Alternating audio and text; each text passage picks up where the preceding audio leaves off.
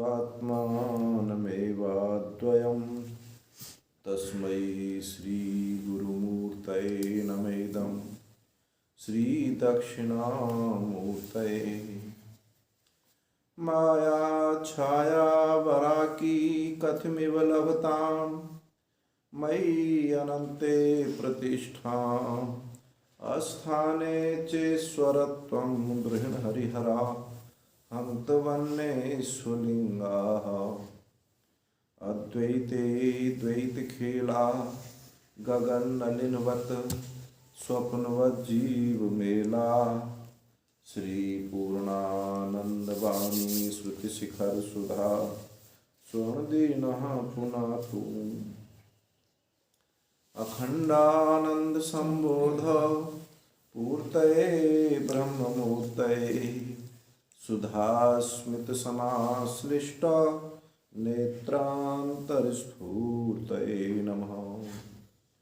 कान्तिशितामृशति निन्दितशारदेन्दो यत्रैकतो विलसिता मसिताङ्गशोभाम् वृन्दावनेऽपि कृतयामुनगाङ्गसङ्गो राधा मुकुन्दयुगलं तदहं नमामि। राधा मुकुन्दयुगलं तदहं नमामि। गीता आज प्रारंभ करते हैं। श्रीमद् भगवद गीता 5वां अध्याय।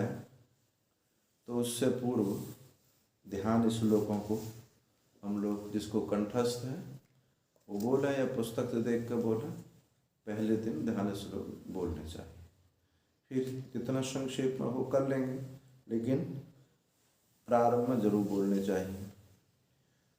ओम पार्थाय प्रतिबोधितां भगवता नारायणेन स्वयं व्यासेन ग्रथितां पुराणमुनिना मध्ये महाभारतम् अद्वैतामृतवर्षिणीं भगवतीम् अष्टादशाध्यायिनीम् अम्ब त्वामनुसन्दधामि भगवद्गीते भवद्वेषिणी।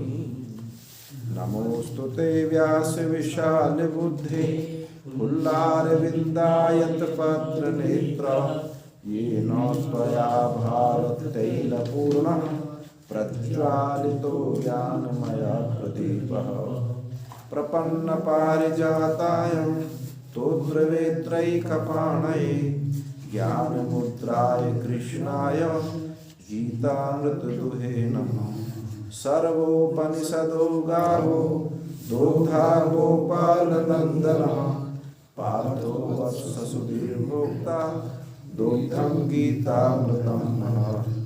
वसुदेवसुतं देवं कंसचारूरमर्दनं देवकी परमानन्दं कृष्णं वन्दे जगद्गुरुं। भीष्मद्रोणतटा जयद्रथजला गान्धारिनीलोत्पला शल्याग्राहवती कृपेण वहनी कर्णेन वेलाकुला। अश्वत्थामविकर्णघोरमकरा दुर्योधनावर्तिनी सूत्रीणा खलु पाण्डवैरन्नदी कैर्वातकः केशवः। पाराशर्यवचः सरोजममलं गीतार्थगन्धोत्कटं नानाख्यानककेशरं हरिकथा सम्बोधनाबोधितं। लोके सज्जन षट्पदैरहरः पेपीयमानं मुदा भूयात् भारत पंकजं कलिमला प्रध्वंसिनः श्रेयसे। मूकं करोति वाचालं पङ्गुं लङ्घयते गिरिं यत्कृपातमहं वन्दे परमानन्दमाधवम्। यं ब्रह्मा वरुणेन्द्र रुद्रमरुतः स्तुन्वन्ति दिव्यैस्तवैः वेदैः साङ्गपदक्रमोपनिषदैः गायन्ति यं सामः। ध्यानावस्थित तद्गतेन मनसा पश्यन्ति यं योगिनो यस्यान्तं न विदुषुरासुरगणा देवाय तस्मै नमः। देवाय तस्मै नमः। 5वां अध्याय हम लोग प्रारंभ करेंगे।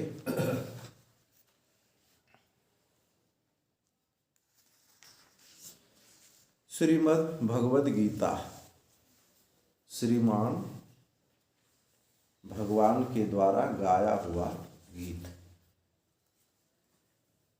गीता शब्द का यहाँ अक्त प्रत्यय होने से भगवान का गाया हुआ गीत। ऐसा कहा जाए श्रीमती भगवती गीता तो ये क्या हो जाए? स्त्रीलिंग होगा। और पुष्पांजलि में आपने देखा होगा श्रीमद् भगवद गीतासु उपनिषत्सु ब्रह्म विद्यायाम योग शास्त्रे, यहाँ पुल्लिंग का प्रयोग हो रहा है। तो यही उचित है क्योंकि गीता शास्त्र है, मोक्ष शास्त्र है, तो पुल्लिंग में ही ज़्यादा प्रयोग अच्छा है।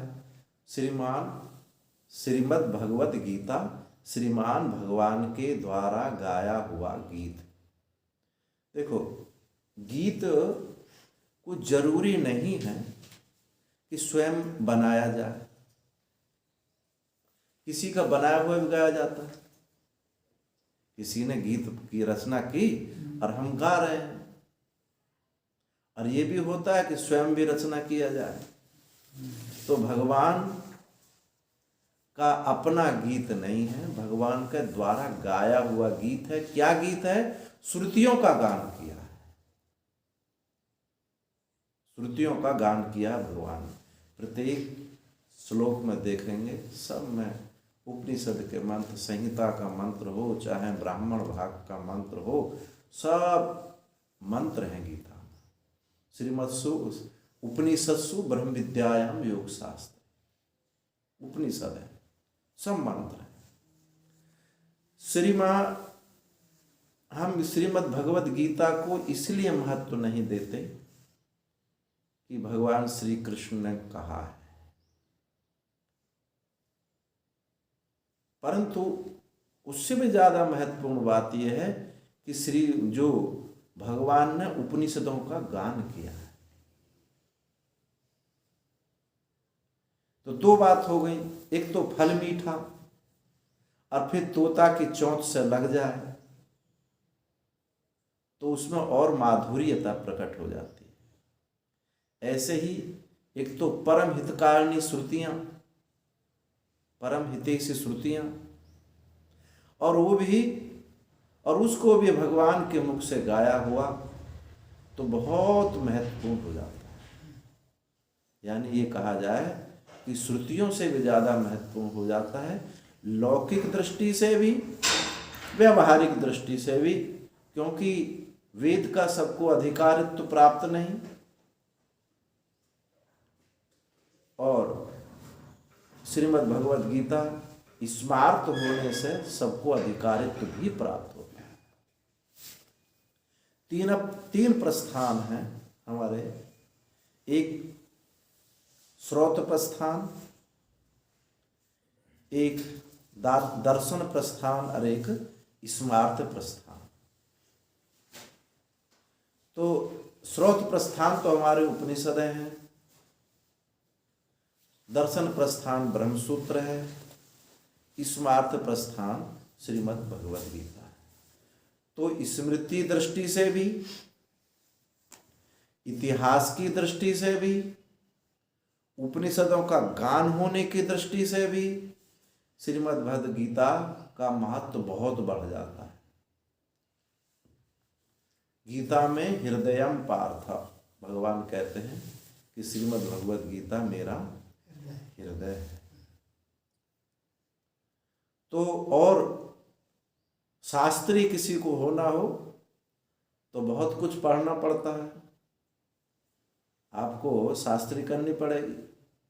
लेकिन श्रीमद् भगवद गीता कंठस्थ कर लो तो एक शास्त्र है तो आप गीता शास्त्री हो जाएंगे। कितना सरल है। 700 श्लोक, केवल 700 श्लोक कंठस्थ करने पर आप गीता शास्त्री हो जाएंगे।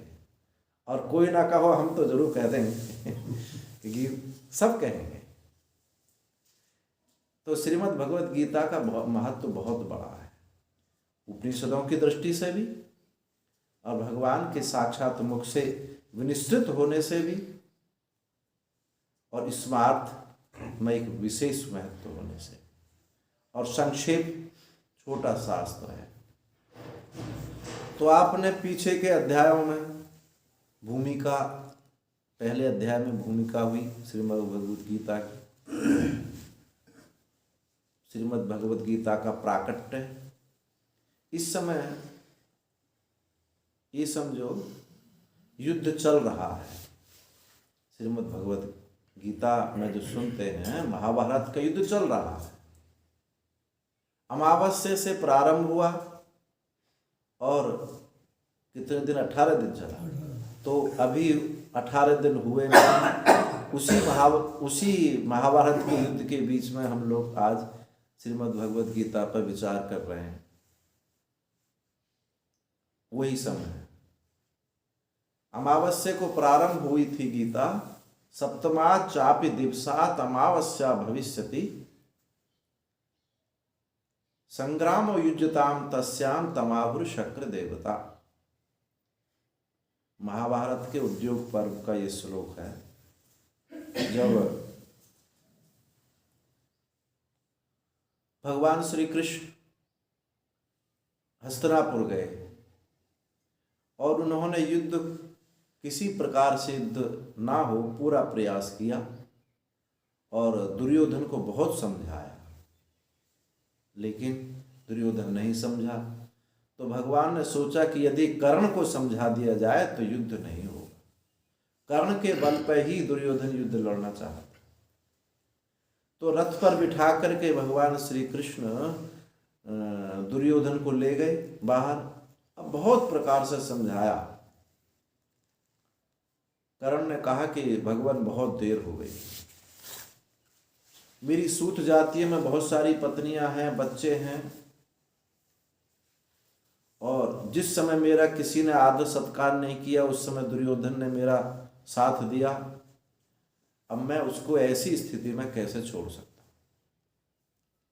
भगवान ने कहा कि तुमको मालूम है तुम कुंती के ज्येष्ठ श्रेष्ठ पुत्र, ज्येष्ठ भी हो श्रेष्ठ पुत्र भी हो। और ये भगवान ने लोभ दिखाया कि तुम जो है, तुम ही हस्तिनापुर राज्य के सिंहासन पर आरूढ़ हो गए। तो कर्ण ने कहा कि ये बात किसी और को पता नहीं चलनी चाहिए, यानी युधिष्ठिर को पता नहीं चलना चाहिए। यदि युधिष्ठिर को पता चल जाएगा तो युधिष्ठिर राजमुकुट मेरे ऊपर, मेरे सिर के ऊपर रख देगा और इस मुकुट को मैं दुर्योधन के सिर पर रखूंगा। और मैं नहीं चाहता कि दुर्योधन हस्तिनापुर का राजा हो। ये कर्ण भी कहता था कि मैं, वो जानता था कि ये विधर्मी है, अधर्मी है। खैर जो भी हुआ, भगवान ने बहुत कोशिश की समझाने की, लेकिन कर्ण नहीं मना कर दिया और भगवान ने युद्ध की घोषणा कर दी। सप्तमा चापि दिवसात अमावस्या भविष्यति, आज से 7वें दिन अमावस्या होगी और उस अमावस्या तिथि के ज्योतिष की दृष्टि से अमावस्या तिथि का देवता होते हैं शक्र, यानी इंद्र, बल के देवता कहे जाते हैं। इस दिन युद्ध प्रारंभ हो जाएगा, घोषणा कर दी। अमावस्या के दिन सब दोनों पक्षों से सेना उपस्थित हो गई। तो अमावस्या के दिन गीता सुनाई गई। अब वहां कुछ चंद्र लोगों ने गीता सुनी। किस ने सुनी?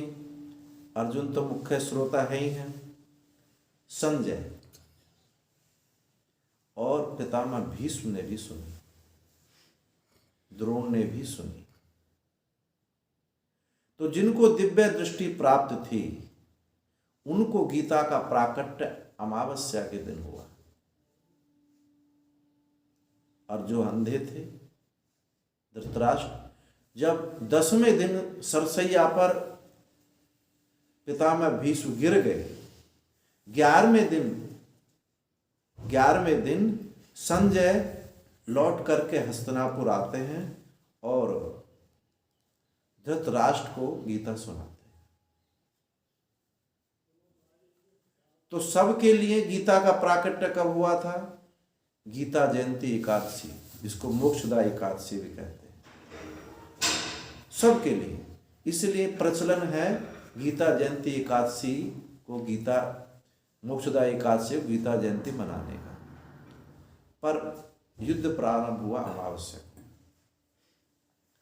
तो वहां धृतराष्ट्र ने प्रश्न किया, धर्मक्षेत्रे कुरुक्षेत्रे समवेता युत्सवः मामका पांडवस्यैव किम कुर्वत संजय।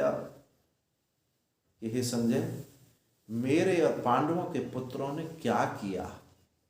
ये नहीं पूछा मेरे पांडवों के पुत्रों में क्या हुआ, ये नहीं पूछा। किम कुर्वत, भूतकाल का प्रयोग किया, क्या किया? धृतराष्ट्र को ये था कि धर्म भूमि है कुरुक्षेत्र, जहां इतने यज्ञ हुए थे, ऐसा वर्णन आता, अभिमुक्त क्षेत्र इसको कहा जाता है कुरुक्षेत्र को। वहां इतने यज्ञ हुए थे कि पृथ्वी कुशा से पट गई थी।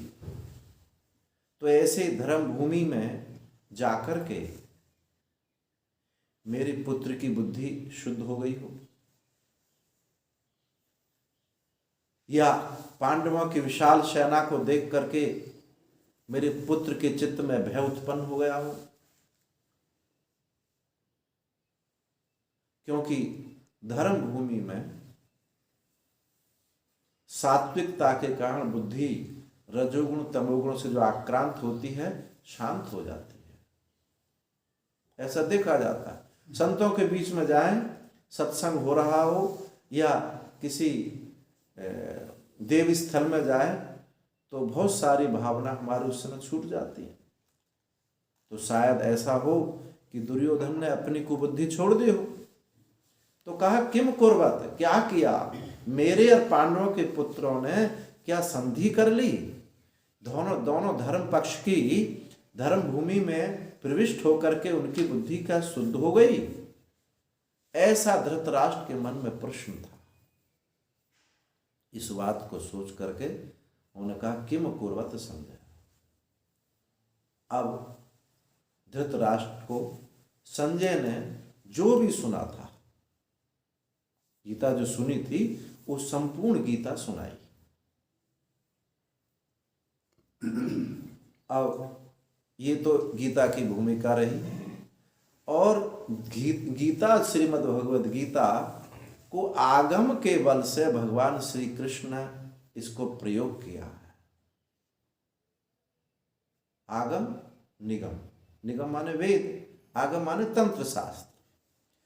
अब यहां महत्व देखिए कि उपनिषदों का को जो व्यवहारिक रूप दिया है आगम की दृष्टि से। कैसे दिया? आगम की क्या दृष्टि होती है? विषय को सामने रख करके विषय से अलग होना, ये तंत्र शास्त्र बताता है। तंत्र कोई बुरी चीज नहीं है, तंत्र उपासना है।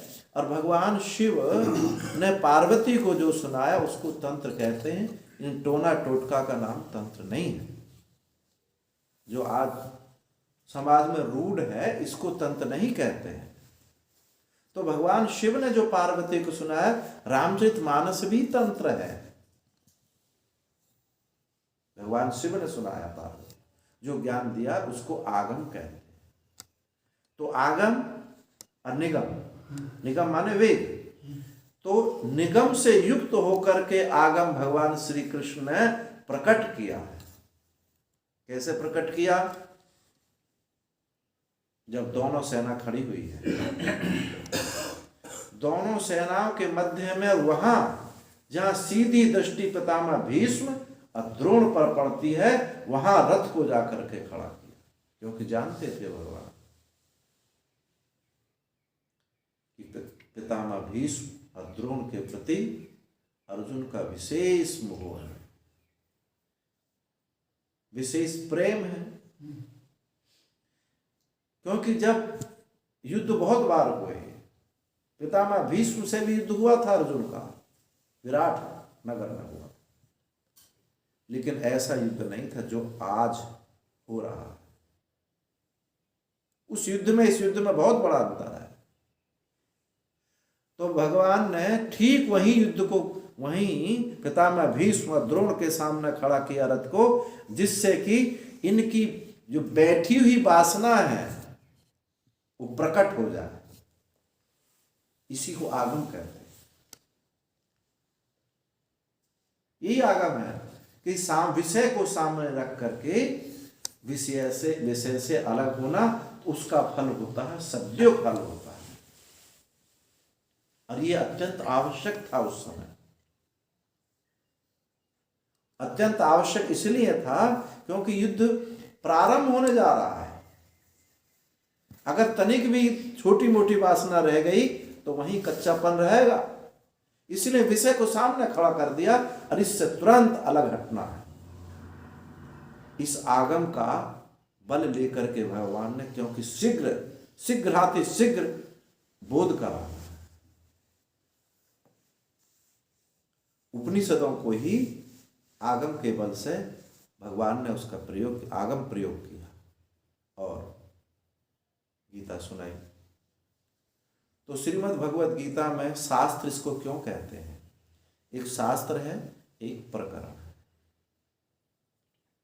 शास्त्र में लक्ष्य एक है और विषय उसके बहुत हैं।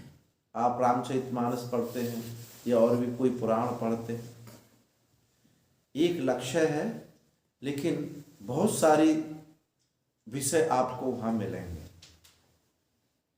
अब प्रकरण में क्या होता है? एक ही लक्ष्य होता है, एक ही विषय होता है। अब इसको श्रीमद् भगवद गीता शास्त्र है, इसमें भक्ति योग का वर्णन भी है, कर्म योग का वर्णन है, गुणत्रय विभाग सुना आपने, क्षेत्र विभाग सुना, सब ये सब क्या है? इन सब को मिलकर के शास्त्र है। पर लक्ष्य सबका क्या है? एक मोक्ष। तो जहां लक्ष्य मोक्ष है, विषय अनेक होते हुए भी एक में आरूढ़ होने की बात है, उसको शास्त्र कहते हैं। और जहां लक्ष्य एक है और विषय भी एक है, उसको प्रकरण कहते हैं। जैसे कि और बहुत सारे ग्रंथ आपने देखे, अब वेदांतों के बहुत सारे ग्रंथ हैं, पंचदशी है, विचार सागर है, ये सब क्या है? प्रकरण ग्रंथ है, एक ही विषय है।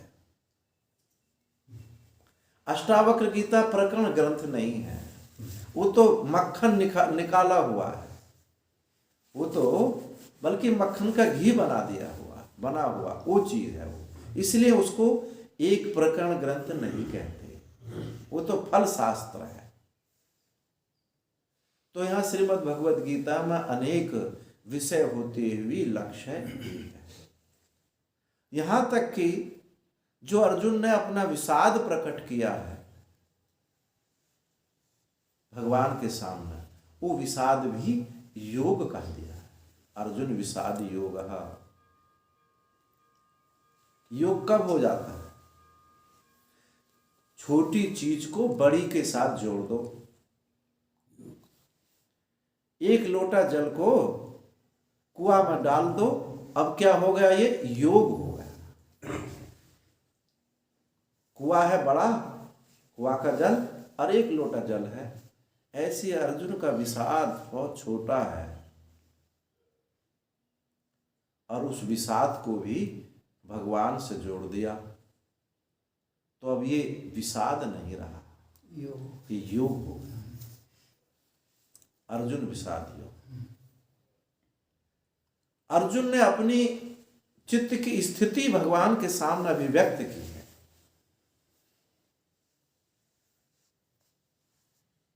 धर्म से लेकर के कि यदि हम ऐसा करेंगे लुप्त पिंडोदक क्रिया, पिंडोदक श्राद्ध पिंडदान आदि क्रिया लुप्त हो जाएंगी, स्त्रियां दूषित हो जाएंगी, वर्ण संकरता हो जाएगी। जो ऋषियों का संतों का वर्ण संकरता ना हो, इस बात पर बहुत जबरदस्त जोर रहा, क्योंकि कली का प्रभाव, कली का प्रारंभ दो ही चीजों से होता है, वर्ण संकरता से और नदियों के दूषित होने से। वो भी एक संकरता है, नदियों का जल होना, दूषित होना संकरता है। अब ये क्योंकि जल की संकरता से इस शरीर में सबसे ज्यादा जल है, पृथ्वी अंश इतना नहीं है, जल अंश की प्रधानता है। जल के दूषित, जल के संकरता होने पर सब संकर हो जाता है। इसलिए दो चीजों से ही कली का प्रभाव प्रारंभ होता है, संकरता, नदियों का दूषित हो जाना और वर्ण संकरता। और यहां तक ये भी कहा जाए कि नदी दूषित हो जाए तो संकरता स्वतः हो जाएगी, बचेगी नहीं। ये कली का प्रभाव। तो संतों ने, ऋषियों ने इस संकरता पर बहुत जोर रहता था कि किसी प्रकार से ये संकरता ना हो जाए, क्योंकि संकरता उसको कहते हैं कि ठीक परीक्षण कर नहीं पाते। शत्रु हमारे सामने है, हम पहचानते हैं, सावधान रहेंगे, लेकिन हम में ही कोई शत्रु बैठा हो तो पहचानना बड़ा मुश्किल हो जाता है। तो इस बात पर बहुत जोर था कि संकरता ना हो जाए। अर्जुन ने भी वही बात रखी, संकरता हो जाएगी, सब नष्ट भ्रष्ट हो जाएगा, कोई भी शुद्धि नहीं रहेगी। और धर्म के विषय में मेरा चित्त व्यामूढ़ है। ये नहीं कहा था कि मुझे परमात्मा के विषय में मेरा चित्त व्यामूढ़ है। देखिए, अर्जुन को उत्कृष्ट वैराग्य की बात नहीं दिखाई देती। जो वेदांतों में कहा जाता है कि ब्रह्म सत्यम जगन मिथ्या इत्येवं रूपो विनिश्चय, ऐसा वैराग्य अर्जुन का नहीं दिखाई दे रहा वहां पर। वहां धर्म विषयक, व्यवहार विषयक विवेक है। एक भी श्लोक नहीं मिलता पहले अध्याय में ऐसा कि जिसका, जो अर्जुन का चिंतन परमार्थ को लक्षित कर रहा हो। लेकिन भगवान ने परम तत्व का उपदेश दिया। क्यों दिया उपदेश? एक तो भगवान के प्रति अर्जुन शरणागत है। कार्पण्य दोषोपतः स्वभाव पृच्छामि त्वां धर्म सम्मूढ़ चेताः यच्छ्रेष्यान्यशतं ब्रूहि तन्मे शिष्यस्यतेऽहं साधि माम त्वां प्रपन्नः। मेरा चित्त कार्पण्यता से उपहत हो गया, छुप गया है, इसलिए मैं धर्म के विषय में आपसे प्रश्न करता हूं। और फिर कहा साधि माम त्वां प्रपन्नः, शिष्यस्यते, मैं आपका शिष्य हूं।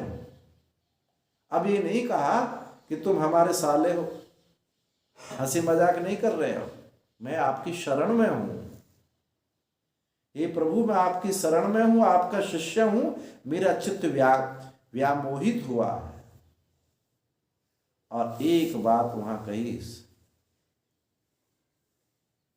जो मेरे लिए श्रेष्ठकर हो। कार्पण्य दोषोपतः स्वभाव पृच्छामि त्वां धर्म सम्मूढ़ चेताः यच्छ्रेयस्यान्यशतं ब्रूहि तन्मे, जो मेरे लिए श्रेयस्कर है वो कहिए। स्थिति तो चित्त की धर्म विषयक है, लेकिन भगवान के शरण होकर के, शरणागत होकर के, अपना कोई आग्रह दुराग्रह ना रख करके, और कहा जो मेरे लिए श्रेयस्कर हो वो कहिए। धर्म की अपनी चित्त की स्थिति रख दी और फिर कह दिया कि मैं आप